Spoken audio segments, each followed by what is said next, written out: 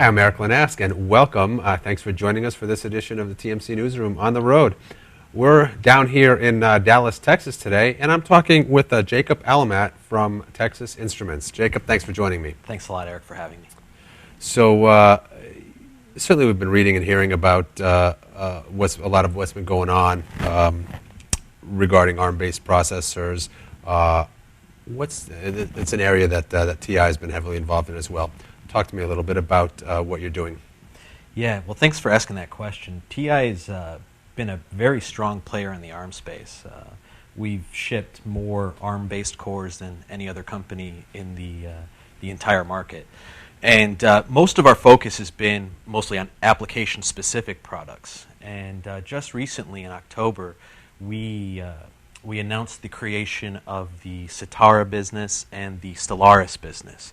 And the idea there, TI was looking at market opportunities for general-purpose ARM-based processors. So moving out of the application-specific processors of your wireless terminals, of your video-based products to more a general purpose processor for everyone to go use. And these businesses were created just specifically on that. TI sees a pretty large opportunity there. And we've been releasing, today we have over 200 products that have been announced since October in that family. So we feel pretty strongly there, and it's looking quite nice. More than 200 products. That's fantastic. Yeah, it's wonderful. And what differentiates TI from some of the other products on the market? Yeah, that's a great question. Thank you for asking. TI spends a lot of time making sure that we have a solid embedded processor for almost any one of our customers' needs. So, as you know, we've spent a lot of time building out our DSP-based business. We have our application-specific business, and now we have our ARM business. And we try and make our products as common as we possibly can.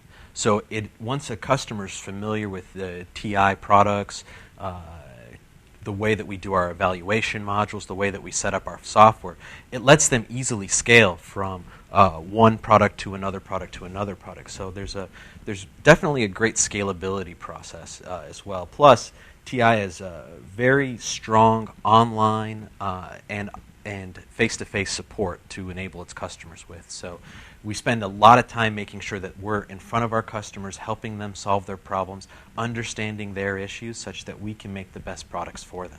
So the differentiation really is in the ability to have one processor to meet any one of your needs. You notice I talk a little bit about the 200 ARM-based processors, right? So we have processors from the value optimized to the high-end and performance optimized areas. So that can help customers in any number of end equipments, be it industrial, medical, consumer, communications. So having that allows customers to build once, understand once, and then deploy many different products with a processor just to meet their needs. When we're talking about the communications industry in general, one of the biggest keys, by and large, has been ease of use. Is that something that you guys are finding as well? Yeah, absolutely. So this is probably the most important thing for customers. Customers are now looking at how do they take their legacy code bases and push them on forward. How do they have easy to understand hardware references? Do they have a third-party network that will help them do their designs? We spend a lot of effort at TI to make sure that all of those different factors are enabled.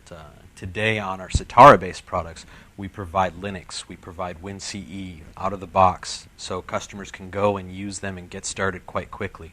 We provide evaluation modules that have, that are fully open, that you can see the schematics, you can see how to set up the board. We have a very vast third-party network, so if the customer chooses to have a light R&D, they can actually outsource the development of their products to one of our many third parties, or if they want to do the development themselves, the open access to information, documentation, is really a key mantra for us to make it as easy as possible for our customers to get their products out.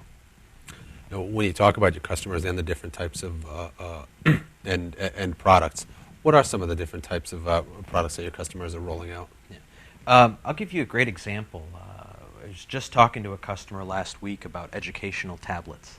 So they were using our products to, build up a little touchscreen display with internet functionality, being able to pull down coursework from the web. So educational tablets are a really interesting example of where Citara really shines in a product space.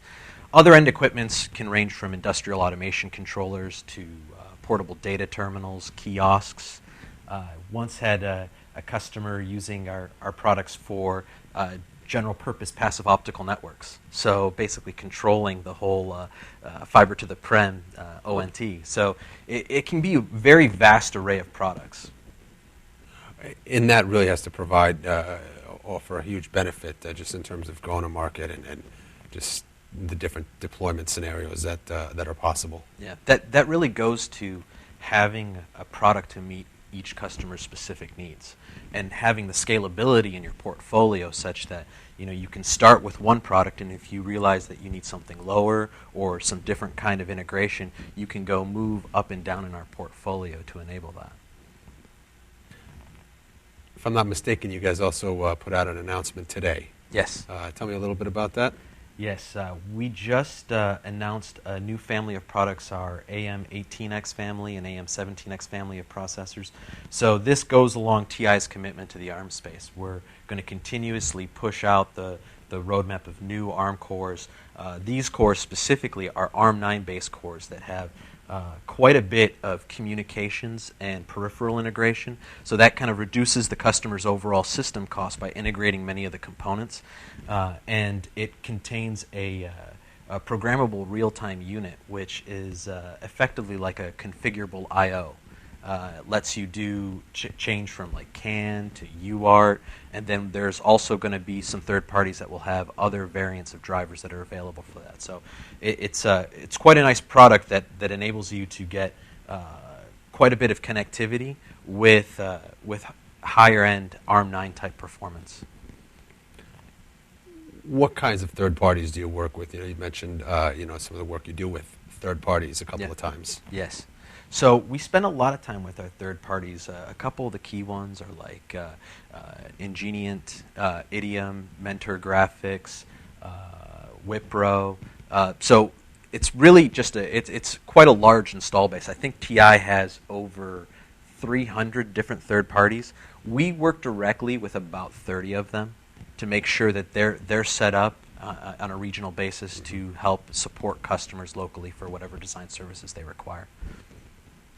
And what's next? What can we look forward to in the future from TI? Yes, so this year is going to be a lot about continuing to improve the ease of use story.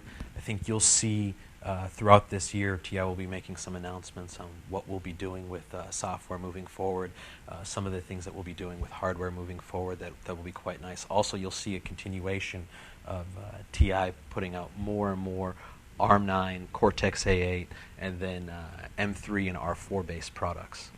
So I look forward to hearing about those. Yeah.